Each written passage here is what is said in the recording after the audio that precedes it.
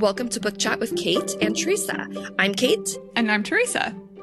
Today, we are going to be covering the book A Body in the Library by Agatha Christie. And we chose this book for strong women in literature and history because we felt that not only is the main character of this book, which is Miss Marple, who is a woman detective, is a strong woman, but also Agatha Christie has a very interesting backstory and is also a strong woman, and in fact has made inroads as a widely published author. Theresa has a little bit of backstory for us about Agatha Christie and then a summary of our book. Theresa? Yes. Agatha Christie was born in 1890 and started writing detective novels in what is considered the golden era for mysteries. She is the most widely published author of all time, only being beaten out by the Bible and Shakespeare. 1 billion copies of her books have been sold in English, and another 1 billion copies have been sold in over 100 other languages. She had the idea to write her first mystery working at a dispensary in a hospital during World War I, and had her first novel published in 1920. That was a Poirot book, which a lot of people should be familiar with Poirot. Mm-hmm. Not only is Agatha Christie famous for the mysteries she wrote, but she also is famous for the mystery she herself is known for. In 1926, after her husband of that time announced he had fallen in love with another woman, Agatha Christie went missing for 10 days. At the time, she was believed to have drowned herself in her despair, a theory that was only supported by evidence of a car full of clothing and an expired license near a place called the Silent Pool. However, it is now known that she spent some time in London having tea at the famous Harrods, and later was at the Old Swan Hotel under the name of Tressa Neal. Neal was the surname of her husband's lover. No one knows why she did that. Oh, fascinating. Later, doctors believed that Christie had a complete loss of memory for the 10 days she was gone, and she has never mentioned the disappearance in either of her memoirs. To this day, there is still some mystery surrounding her disappearance. That's so absolutely fascinating. That's wild. It's wild. It's just wild. And the fact she didn't mention it in her memoirs is also wild. That's a big thing to leave out. It is. And it does make me think that also kind of supports this idea of the amnesia. Mm-hmm. Mm-hmm. Yeah. At least some sort of trauma that led to her losing her memory, whether it's physical or emotional. Yes. I do wonder if some of her later books would hint at disappearances. I mean, this book that we read for today happened 14 years after that disappearance.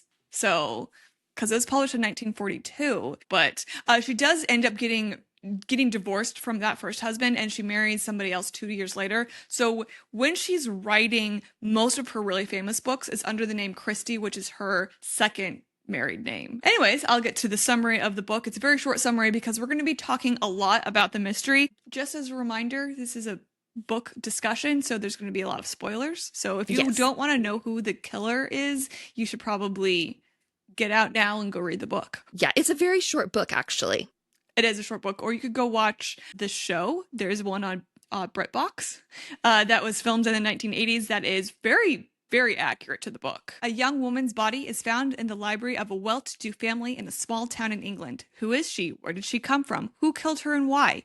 The mystery takes the police and renowned amateur sleuth and busybody Miss Marple to a hotel in Danemouth, where they learn all about the girl. Before the mystery can be solved, another body is discovered in a burnt-out car. Are the two mysteries connected, and how? That's my really short summary. That's very good. Very good. I'm going to just do a disclaimer. I had never read any Agatha Christie. I don't think. If I do, okay. I don't remember it, so it doesn't count. But Theresa is familiar with Agatha Christie.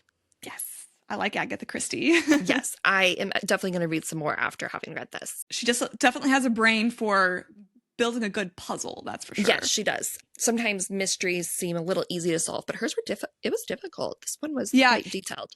It is quite detailed, and there's so many characters. The book is only 206 pages long, or 207, and the number of characters is a little staggering. Yes. I'd be like, which detective are we dealing with right now? Yes. I just kind of ended up lumping all the detectives together, which actually I've only seen the first episode out of 3, the TV show of this book, but that helped a little bit with getting the detectives pieced apart. And they really do emphasize how much everyone despises Slack. Yes. And I remember that when I was reading these when I was younger. Slack is he's a good detective. He's just mean. Is he a reoccurring character? He is, yeah. Oh, okay. She deals with Slack in at least a couple of the books. I know she travels for a few of her books, but did you enjoy the book? Why or why not? did really enjoy the book. I like that it was a tradition, what I consider a traditional whodunit, and now learning more about Agatha Christie, it seems like she was one of the originals, one of the best, one of the greats of the like classic whodunit mysteries. So I really enjoyed the fact that it was this sort of classic whodunit in an quaint English village. I loved Miss Marple, her busybodiness, and that she uses the wisdom she's learned in a small town and logic and patterns and reason to solve mysteries. So yeah, I really, really enjoyed the book. It's led me to want to read more Agatha Christie and Miss Marple. What about you? I really liked this book. I think, like you said, it is a classic sort of whodunit, but there is such a good twist to it. At the beginning of the book, there is a section written by Agatha Christie just to the reader who talks about how the body being found in a library is something that's been done over and over in mysteries before. However, she wanted to add a new aspect to it. So her aspect is that it's a mystery who the girl is. Like, they don't even know who this person is.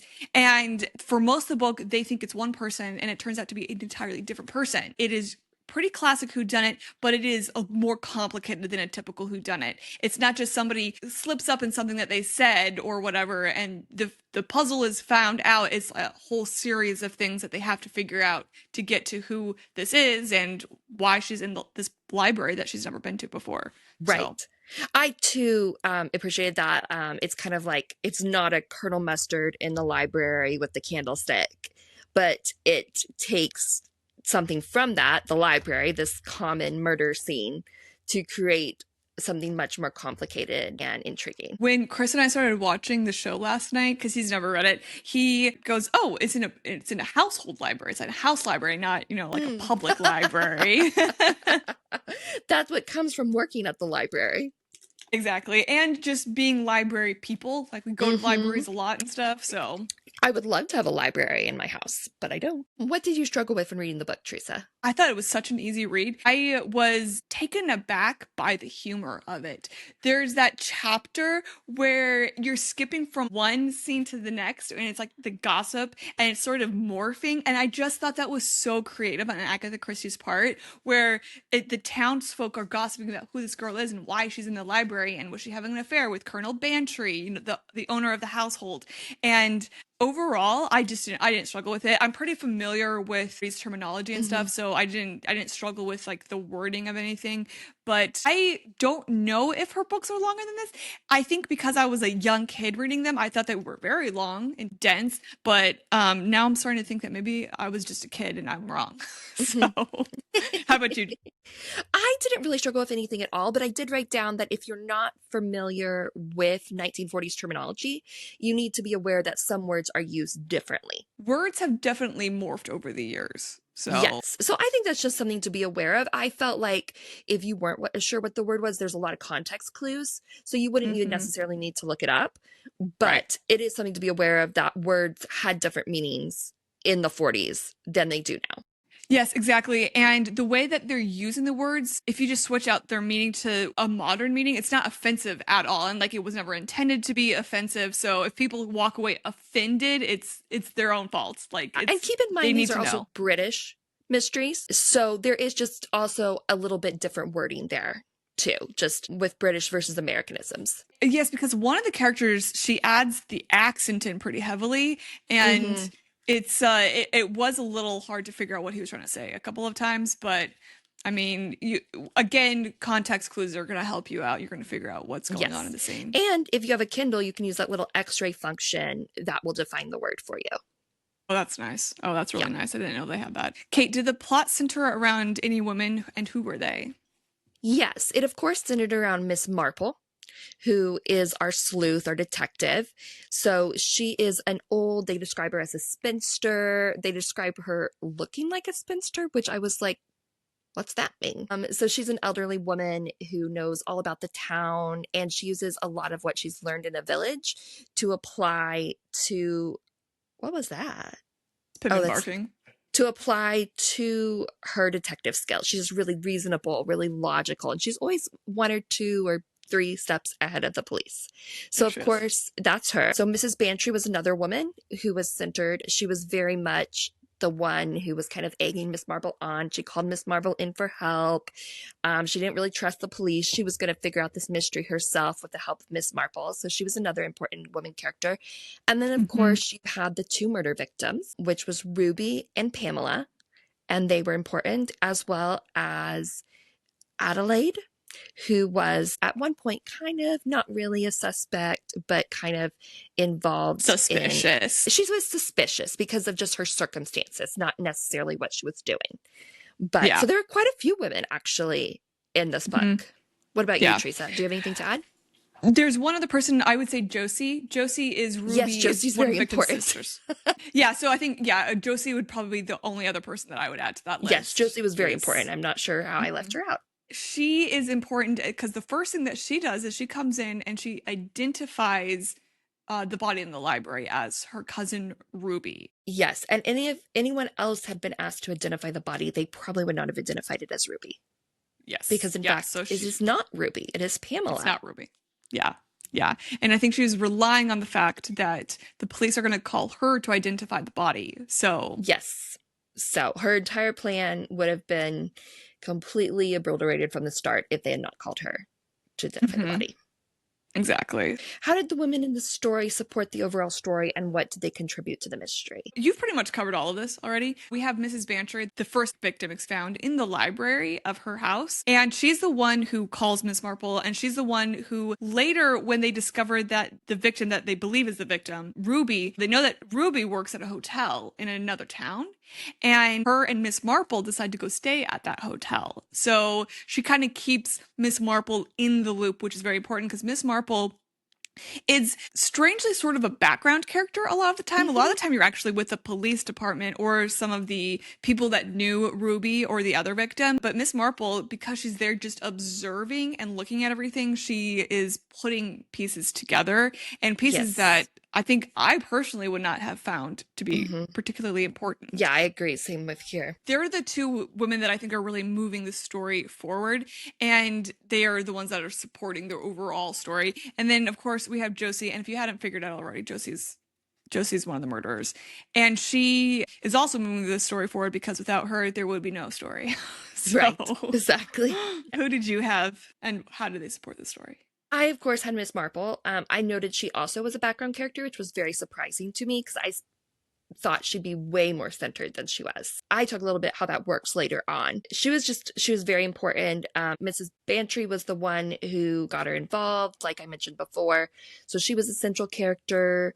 Josie, of course, was very important, but we don't learn how very important she was until the very end when Miss Marple is putting all the pieces together and solves the mystery. So, yeah, so I had much the same. That makes sense. In what ways could women in the story be portrayed differently? And did the era when the book was published influence the way they were portrayed? Yes, it definitely influenced the way the women were portrayed. I think there are just some things we wouldn't say today. Like, I'm not sure so much emphasis would be placed on Miss Marple as a spinster. I think she would probably be called a childless woman or just an unmarried woman, something like that. Just single. We've already talked about this a little bit, but spinster now is kind of derogatory. However, back in the day, it was a very positive thing because a spinster was a woman who was self-supporting. She had a job. She was usually a spinner, hence the word spinster. So spinster used to be actually a positive term. So hey, that's actually very good piece of background. I did not know that, so that's helpful. So, but yeah, I think that would have been, she just would have been labeled a little differently, even if it was a positive term, because it's come to not be a positive term. Right. So, and then I also noticed that the women were very much, they were made assumptions based on their class and their wealth and their background. They automatically assume Ruby is not a lady because of her background. And so I'm not sure so much emphasis would be placed on class and wealth, and a lot of stereotypes were drawn because of who she was, even by Miss Marple. I'm not so sure that that would be the same today. There was a lot of classism and some stereotypes that were drawn from that, and I felt them sexism as well. I thought there was a lot of classism going on as well. However, I do think it is important to the plot because of the money that's involved. Yes, and how I agree. she's from this lower income bracket and she could potentially be receiving tons of money if she's adopted by this older gentleman. But one of the things that I thought was really, really harped on was she has to have a boyfriend. Like, they Right. just kept talking about that. She's like, she's a young lady. Where's her boyfriend? She's got to have a boyfriend. And they Right. just couldn't let that go, even though any potential boyfriend had nothing to do with her killing. I thought that was a little insulting, quite honestly. Like, It was calm down, insulting everyone. and also very telling of the attitudes that people had about her as in her profession, I thought, because she was a dancer. And worked as a hotel. She worked for one thing, and then she worked as a dancer in a hotel. So I think that was a little risque for a lot of the characters. Her job is really interesting. It's one that I was not familiar with. She's what they call a dance hostess, and she's basically there to encourage the guests to dance in the evening. So people would go down to the dining room, and the band would be playing, and her and this tennis pro named Raymond, he was also a dancer, they would dance together, and other people would be then inspired to dance. So that's what she's doing. And I feel like Agatha Christie doesn't actually explain it. You just get it from context clues, because I think it was such a known thing in the 1940s in England that people would have known. But I was like, what is she doing? What is Exactly. this? Because then her cousin who committed the murder was the bridge hostess. And her job was to encourage people to play bridge and play bridge with them. So it was very fascinating, I thought, jobs. Yeah, very fascinating. And quite honestly, sounds a little bit fun. I would do that. It does. I was like, a good time. I could encourage people to play cards. Give me that job. Put on a pretty dress and dance. Yeah. Okay, you get paid for that. And then she doesn't have expenses because she lives at the hotel. Like, the hotel provides them rooms and food. So yeah, I was like, oh, that's pretty decent, actually. Yeah. All right. So discuss the overall mystery, what happened, who the victims were, and who the suspect was, and who just give us a little bit summary of the mystery, Theresa. So I know I did a really short summary, but this is the spoilers summary, basically. Body is found in a library in St. Mary's Mead. It's owned by Colonel and Mrs. Bantry, and it starts off with them finding her. She's apparently been strangled. She's in a formal gown, but not a nice one. Like, they make it very, very clear that she's not in a nice dress. It was cheap. It was cheap. She was cheap. She's bleached blonde. That's very important. She's a platinum blonde. Body was identified by the murder victim's cousin, Josie Turner, as Ruby Keene, who was an employee at a hotel. She says, yeah, that's my cousin Ruby that I work with. From there, Mrs. Bantry and Miss Marple decide that they're going to go to the hotel in Danemouth. Police are also obviously there as well. They're trying to figure out who this girl is and if anybody there would have something against her that they would want to kill her. While they're there, the police discover that there is a family called the Jeffersons. Conway Jefferson is a widower. His wife and his two children died in a plane crash. So his only family is a daughter-in-law, a son-in-law, and a step-grandson. So it's not his biological grandson. He's starting to feel pretty lonely, and he's starting to wish he had children, basically biological children. So he decides that he wants to adopt Ruby. And if he adopts Ruby, she will probably inherit about 50,000 pounds when he dies. I looked it up. 50,000 pounds today is a little over 2 million pounds. And if you're looking at dollars, that's about $2.8 million that she would receive when he dies. She's looking to get a chunk of change upon Conway's death. While investigators were investigating Ruby's murder, a second body was found in a burned car. This body was discovered to be Pamela Reeves, a young Girl Guide who had disappeared. Pamela Reeves was last seen at a Girl Guides rally, so they assume that it's her, and of course it's burnt, so they can't really identify the body. But what's really mysterious is that she's also in the car of somebody who's been staying at the hotel. His name is George, and George's kind of sweet on Ruby, so he's looking pretty suspicious to the police. So a little too suspicious, maybe. A little too suspicious. He's also kind of dumb. Like, he just can't keep his story straight. Yeah. Even though he's obviously innocent, it's just like, what? George, get it together, man. Miss Marple ends up talking to some of the guide girls, and it turns out that Pamela had snuck out after the Girl Guides rally to go to the hotel because she thinks she has prospects as a movie star. I will say that one of the things that makes this book enjoyable is that the police actually do a lot of the legwork. So, They do. It feels realistic. It does. And they're the ones that bring Miss Marple in because they need somebody to talk to these young girls that are friends with Pamela, and their thought process is to open up to a woman. Right, so, which exactly. is probably true. But she's kind of aggressive. She's like, tell me what happened. What was Pamela doing? She wasn't going to Woolworth's. Yeah. During her investigation, she also discovers the body of Ruby and Pamela were purposely mixed up in order to confuse the investigators. Pamela had been killed in order to hide the crime and confuse the police. Oh, I didn't actually talk about why Josie's important. Josie's married to Mark. And which we don't know throughout the story. And they don't want to lose out on those 50,000 pounds. So they decide that they need to kill Ruby, but they also want to have solid alibis at the time of her death. So they make it a double homicide, which is so sad because Pamela's only 16. She's just a kid. Right. And she doesn't know any better. But I guess she is the same build as Ruby because they end up deciding to do a makeover on her, and they bleach her hair, they paint her fingernails, they give her that cheap dress. And she's actually the first victim. She's the one that's found in the library, which we'll get to in a second, but she's found in the library. And later they kill Ruby and they put her body in the car and they burn it. So it doesn't look like they need an alibi for that murder because that's supposed to be Pamela, which they don't know Pamela. Why would they have to have an alibi for her? So that all becomes pretty important. But where the mystery gets extra important is that they're pretending to be these movie people, and there's a guy in St. Mary Mead named Basil Blake who is in the film industry, and they know that girls talk and that Pamela is going to have told people told her friends she's going to go basically audition, I guess, to be in the movies.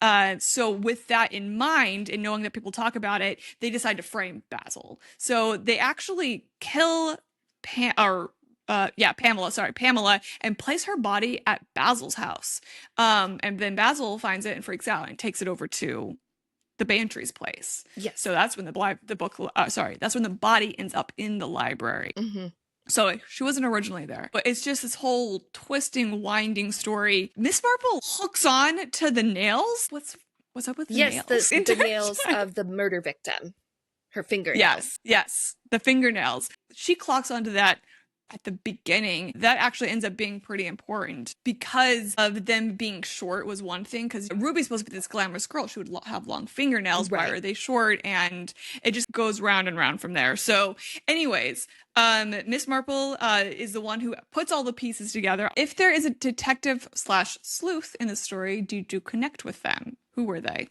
So obviously our everyday person sleuth is Miss Marple, but we also have the detectives. And I did not connect to the detectives. I don't think we're meant to connect to the detectives.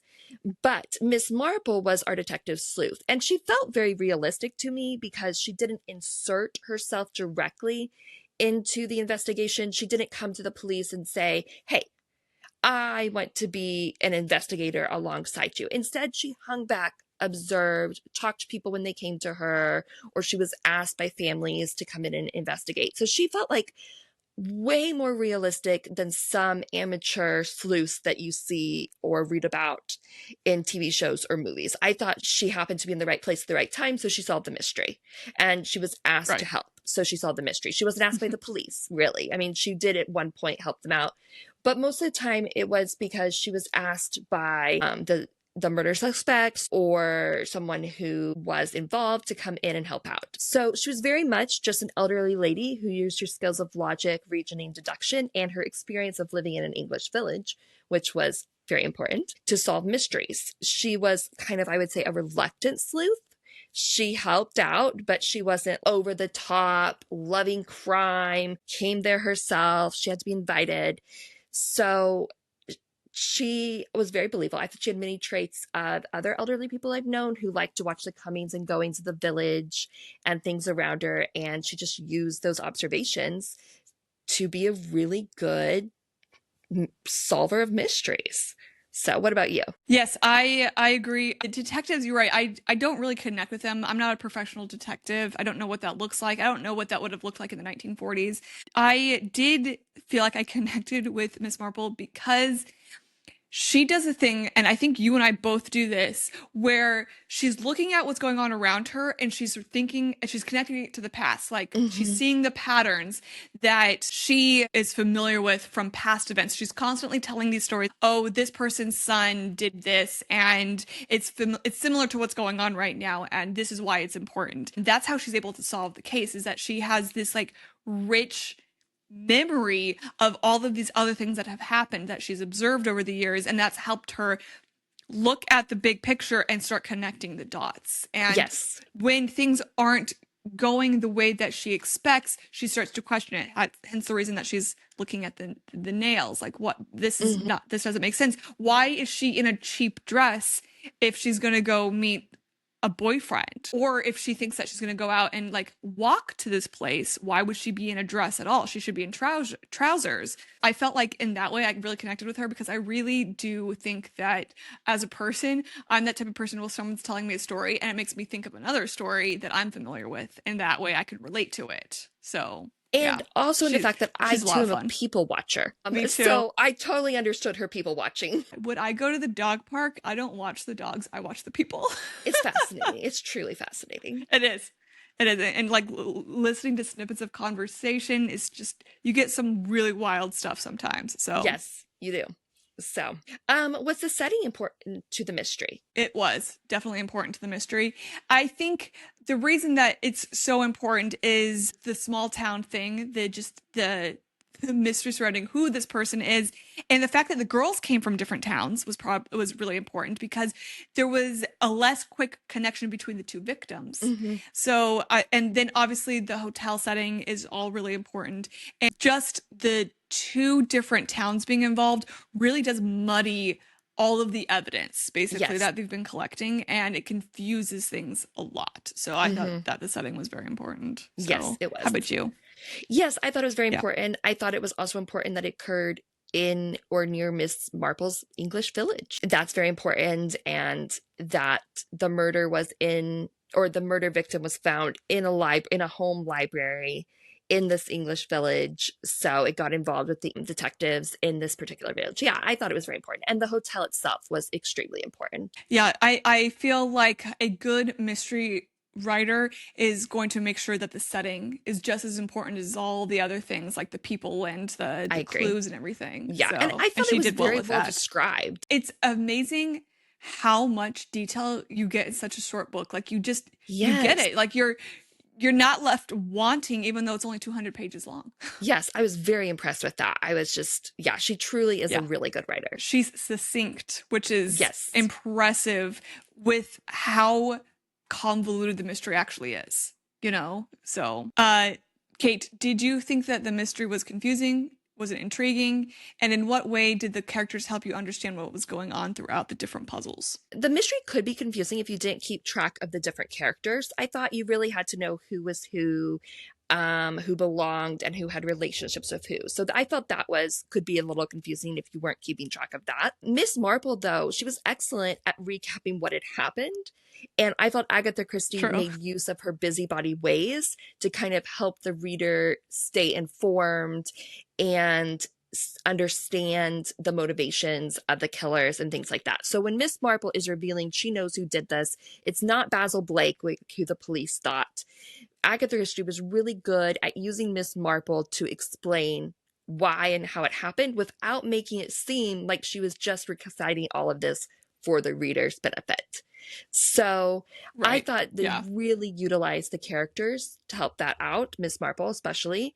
And Mhm. then they simplified it for us by like doing this little recap at the end when she solved the mystery. That makes Miss Marple great is that it's not just intuition. Mhm. It's like life experience and just being really highly observant. And then she is thinking out loud, which is helping you understand. Yes. And this is really important because the book is from the narrator's perspective. It's third person, and and not from any particular, it's not following any particular person. Right. In a We single jump chapter, around you quite a can bit. jump several characters, but it doesn't feel jarring or anything like that. Not at It all. makes It sense. fits together very well. But because you're kind of omniscient with the narrator and jumping like from character to character, you also find out more what's going on. So you still don't see what Miss Marple sees. I know, exactly. As a reader, you think that you should be figuring this out. Miss Marple's just like, la di da, I got it. Like, you do? Yes, I was reading the detectives chapters and I don't. exactly. Which the detectives didn't have it either. So Yeah, that's true. That is a good point. The one thing that and I've talked about this before when I talk about Agatha Christie, is the number of characters. I kept getting George and Raymond confused at first. I was like, dancing partner, different dancing partner. Just this guy that likes her, and it's not the tennis pro. The tennis pro is hired. George is just a guest at the hotel, and so one of the things was just keeping track of the characters was in itself a chore, I felt like, because if you don't have the right character, you're not following the right, what's actually going on with them. That was probably the most confusing thing. And Agatha Christie is famous for having too many characters in her books.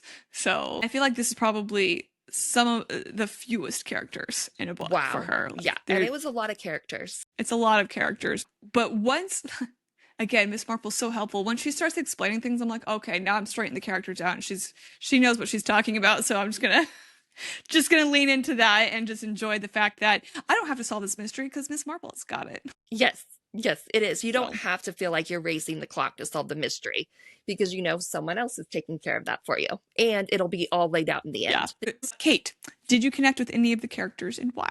I thought I connected with Miss Marple. We've talked about this a little bit. You and I are both like people watchers and take prior experience to inform our current perspectives. So I connected with that way. And then I hope that I am content with my life, whether I'm single, not single, whatever I'm doing when I'm her age. I hope I am content and happy with my life when I am an elderly woman. I really admired that about her. What about you? Did you connect with any characters? Obviously I connected with this Miss Marple. I feel like because I am such a people watcher, I dislike the term busybody because that has such a negative connotation, but Miss Marple makes it work. She does. So, and people like her and like the work that she does. But then I also sort of connected with Mrs. Bantry because the murder didn't take place in her house, but the first body is found in her house, and she's just immediately on board with solving this mystery. And she does talk about having a bit of fun with it, which is a little sad to think about, but also I kind of get where she's coming from. Like, yes. This is so different from her everyday life. And so her just jumping on board and trying to get answers. She is kind of a dumb character in a way. She just kind of relies on Miss Marple the entire time to really start figuring out to figure out the answers. But she is the driving force as to why Miss Marple is there. And I feel like if I was in a similar situation and I knew a person who was really good at figuring these things out, I would do exactly what she did. So, and I love that the first thing she did was hop on the phone to call Miss Marple. She's like, hello, Jane. Good morning. You're coming over to my house because there's a body in the library. There's a body in the library. I need your help. Sorry to all the British people for my bad English accent. Yes. Who could read the book from a different character's perspective? Who would it be? No one. No I one? actually don't, because it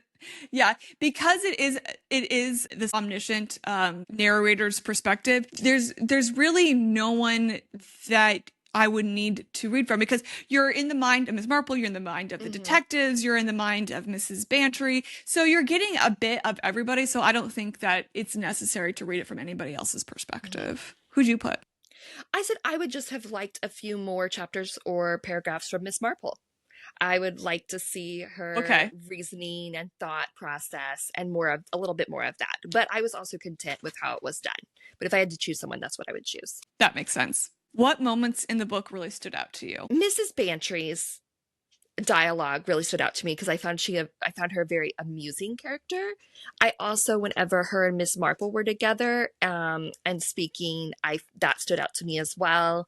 Also, whenever Miss Marple had something to say, it stood out to me because it was always when Jimmy in the village did this, and then she'd get around to how it applied to the current situation, the current murder. And I just could feel the police being like, what is this woman saying now? And then she'd get there and they'd be like, oh, okay. So I enjoyed those moments. Whenever Miss Marple would give her little example and talk about just what was going on and how it applied. I love that. Yeah, the way that she goes about talking about these past not these past memories, it's almost parabolic, right? Where Hmm. there's a reason that she's telling these stories, that there's a lesson at the Yes. end, and that lesson can be applied to this current situation. Hmm. I think and I've talked about this already, the thing that really stood out to me was the nails.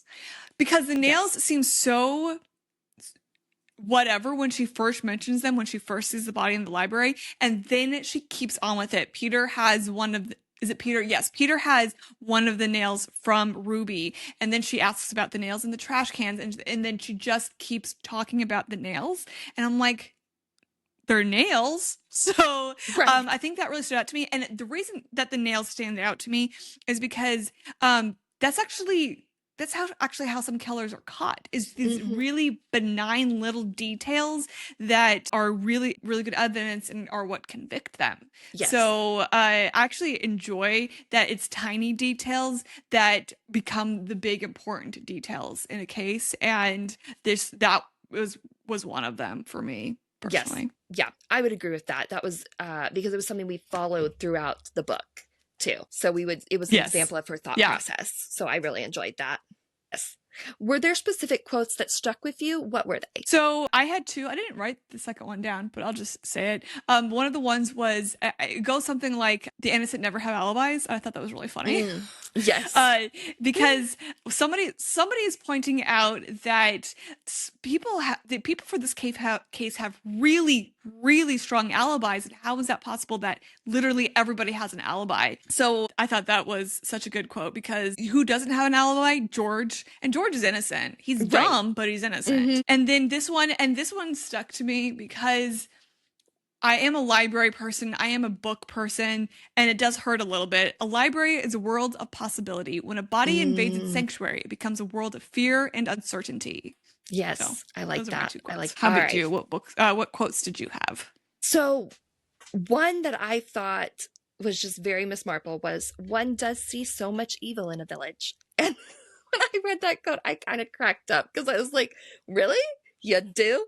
But it's so Miss Marple because I think she's referring to just little acts of evil, not like these huge major crimes, which maybe she is. I don't know. I haven't read enough Miss Marple to know.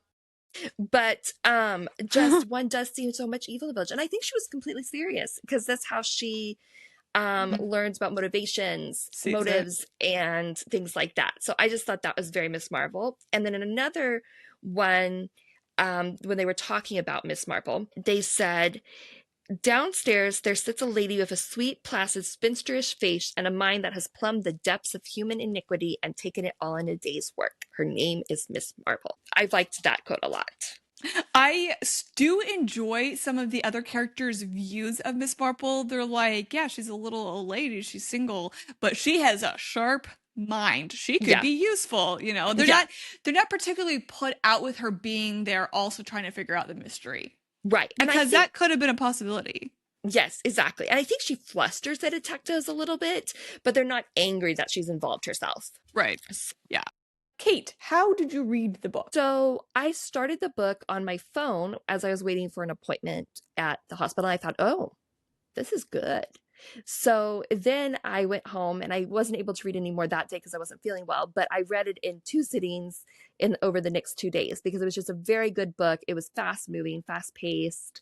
I just sat down and I said, oh, I'm just going to read a little bit, but I ended up finishing it in just those two sittings. So I read it on my phone and my e-reader. So what about you? I read a physical copy of it from my library. Everyone knows that's my favorite. And I also read it in two sittings. So I started it one night before bed, read about half of it, and then the next day I just finished reading it and I was like, okay, now I have to watch the TV show. I will say that if you are intimidated by mysteries, I think this is a really good one to read. I think it's a good one to start. It's fairly short. Hmm? It reads really fast. If you're worried you'll be scared, there's no thriller elements to it. There's no So, description of gore or anything like that. Agatha Christie no. always stays away from that. So Yes, it's very clean. So, I mean, if you might struggle a little bit with the wording, but like I said, context clues definitely fills in. So, it's a great place to start for a mystery. yeah. And as I mentioned, the only thing that's a little intimidating is the number of characters, but that shouldn't keep you from reading it. So No, and like we said, Miss Marple always comes in clutch and explains what's going on and who the characters are. So, you always have that to rely on. All right. What music gives you the same vibes as the book, Teresa? okay, so I was really thinking because of Ruby's job, she's that dance hostess, Mm-hmm. that 1940s like music. So my first thought was Glenn Miller and or Benny Goodman and his orchestra, and then I fell on this song. I think it's Vera Lynn. Vera Lynn is actually British. She's really famous for her wartime music, and she actually has a song called "The Bells of St. Mary's." And they're in St. Mary's Mead. So naturally that was a song that I ended up going with. Perfect. Was I love it's that. not really a dancing song. It's a little bit too slow for that. Mm-hmm. But it's a good like, small town. There's the bells in St. Mary's. So Yes. Yeah, that's perfect. yeah, how about you? So I immediately thought big band, Yeah. 1940s, is same thing, Yes. but I thought of the Andrews sisters Oh, see, I because thought of I them love the too. Andrews sisters. Me too. I love So the I was Andrews. just looking through their songs, and there's one called "Don't Fence Me In," but with Bing Crosby. Okay, yes, I know it. I know that song. I love that Yes. song. I really like that song as well, and I just thought it was perfect for that English village setting, even though they're American, right? But I thought it was perfect for the English village setting, especially Mr. Bantry, Colonel Bantry, and his desire to be out in the countryside, whatever. I thought it was perfect for the setting, so Yeah. that's what I chose. Yeah, the Andrews Sisters music is a lot of fun. I enjoy I their know stuff. I was listening to it as I was getting ready, and I was like, yeah, why don't I listen to this more Yeah. often? Yeah, I know. I was thinking that too. I was I knew I wanted to do something like 1940s, hopefully dance. So I'm having Chris listen with me. And I was like, wait a second, why don't we listen to 1940s music? Like, this is like good background music for like That's what I was dinner. thinking. Yeah, I was like, this is great. What are we doing? If someone hasn't read the book yet, what would you tell them that wouldn't spoil the plot to prepare them for what they're about to read? So I would say Miss Marple is one of Agatha Christie's reoccurring sleuths. She's an accidental sleuth who has the ability to solve crime by applying what she has learned in an English village to crimes that occur around her. In this book, the trope of a body in the library is not what it seems, and Miss Marple unravels the mystery faster and more accurately than the police. That's it. That's exactly it. And I think that could probably be true of most of the books with Miss Marple. Yes, that's great. Yeah, I definitely want to read some more of them. I was looking at the list in here. I don't know if you can see this, but this is the Miss Marples. There's not that Oh, yeah. many. Because the Hercule Poirot is like this, and then over on this side is Hercule Poirot. And then we have Tommy and Tuppence, and there's like six That's the books other there. ones I want to read is the Tommy and Tuppence. Yeah, Tommy and Tuppence is good. But I didn't have for those wondering, I didn't have a non-spoiler thing because I forgot to answer that question. But Kate summed it up great. All right, and how would you rate the book, Teresa? We do a 1 to 10 rating system for those of you who don't know. Yes. So I rated the book an 8. I don't know.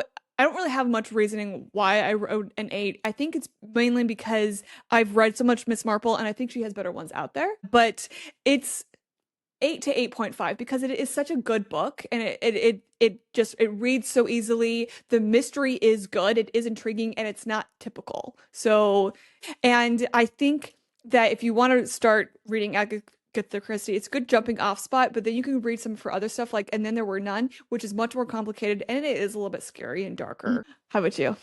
I rated it an 8.5, so very similar. And it was just because it was a good mystery, and I thought it was really well written, but it didn't blow me out of the water either. Right. Yeah. Yes. But it did make me want to read more of her. So, like you Yes. said, a good jumping off point since this is my first Agatha Christie.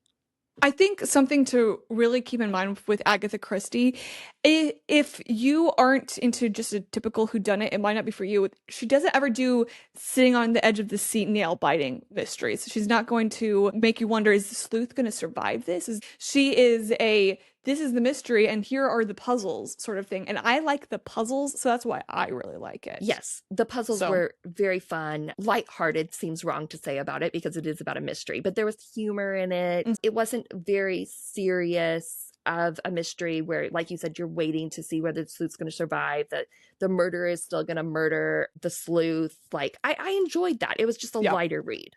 Yeah, I think lighter read is exactly the way to put it. Yeah. I mean, there are like TV shows out there that are lighter, like Psycho is a light murder mysteries, and Monk and shows like that. So I think it is okay to say that it is a little bit lighter, and I think that's probably true for detectives as well. Not every single mystery is going to be super heavy. So anyways, we are curious, who are some of your favorite mystery authors? Please comment who you like to read, because we'd love to have some more recommendation about mysteries and mystery authors and why they're your favorites.